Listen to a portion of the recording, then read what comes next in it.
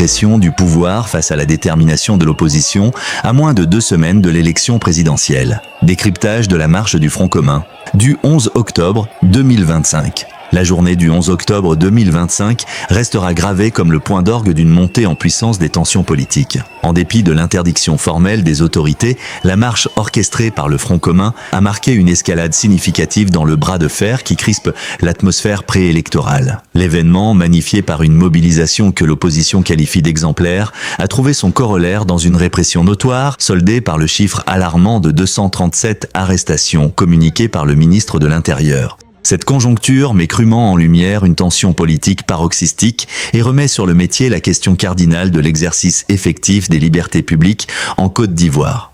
Focus sur la détermination inébranlable de l'opposition, une assertion de force et de résilience. Le Front commun a choisi de passer outre l'injonction d'interdiction, faisant valoir son droit inaliénable à la protestation pacifique garantie par la Charte fondamentale. Ce choix, délibérément confrontant et jassant, est le prisme au travers duquel se dessinent les intentions profondes de l'opposition. Le Front commun entend démontrer de manière éclatante qu'il ne saurait se laisser museler par la répression sauvage et qu'il est prêt à faire le sacrifice de la désobéissance civile pour la défense de ses convictions. C'est une déclaration de non-intimidation résonnant sur l'échiquier politique, la quête de légitimité. En déplorant vertement le 2 poids, 2 mesures du régime RHDP qui accorde les faveurs de l'autorisation à ses propres rassemblements tout en les refusant à l'opposition, le Front commun dévoile une application inéquitable de la loi.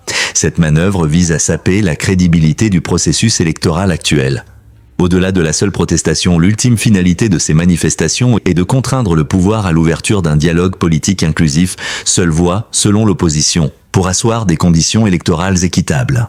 La réponse implacable du pouvoir, le primat de l'ordre public et l'érosion de l'état de droit. Face à cette démonstration de force, la réaction des autorités, sanctionnée par l'interpellation de 237 individus et le déploiement des forces de l'ordre, souligne l'intransigeance du régime RHDP à maintenir l'ordre et à faire appliquer ses édicts. L'ampleur des arrestations sonne le tocsin d'une volonté de dissuasion et de neutralisation des fauteurs de troubles potentiels. Dans un climat préélectoral où le spectre des violences passées plane, l'autorité cherche à juguler toute velléité de débordement. Du point de vue de l'opposition, la répression de marches pacifiques, même non autorisée, équivaut à un affront aux libertés fondamentales et à une dérive autoritaire. Elle met sur la sellette la notion même d'état de droit que le pouvoir est censé incarner. L'exacerbation du clivage, la gestion musclée de ces protestations a pour effet d'aiguiser les antagonismes préélectoraux, ancrant chez les sympathisants de l'opposition la conviction que le régime œuvre à exclure toute voix discordante du champ du débat. En appelant à une action quotidienne, l'opposition cherche à exercer une pression maximale sur les autorités et l'opinion publique, tant nationale qu'internationale. L'objectif est sans doute de rendre la situation ingérable sans une concession significative, matérialisée par l'ouverture d'un dialogue.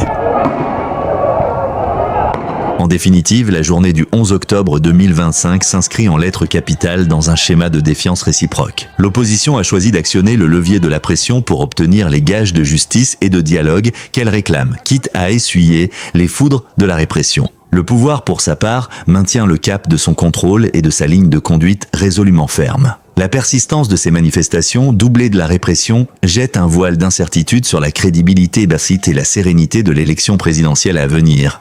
Le choix décisif incombe désormais au pouvoir pour suivre la ligne dure, au risque d'une crise préélectorale qui s'enlise, ou ouvrir les portes du dialogue politique que le Front commun appelle de ses vœux.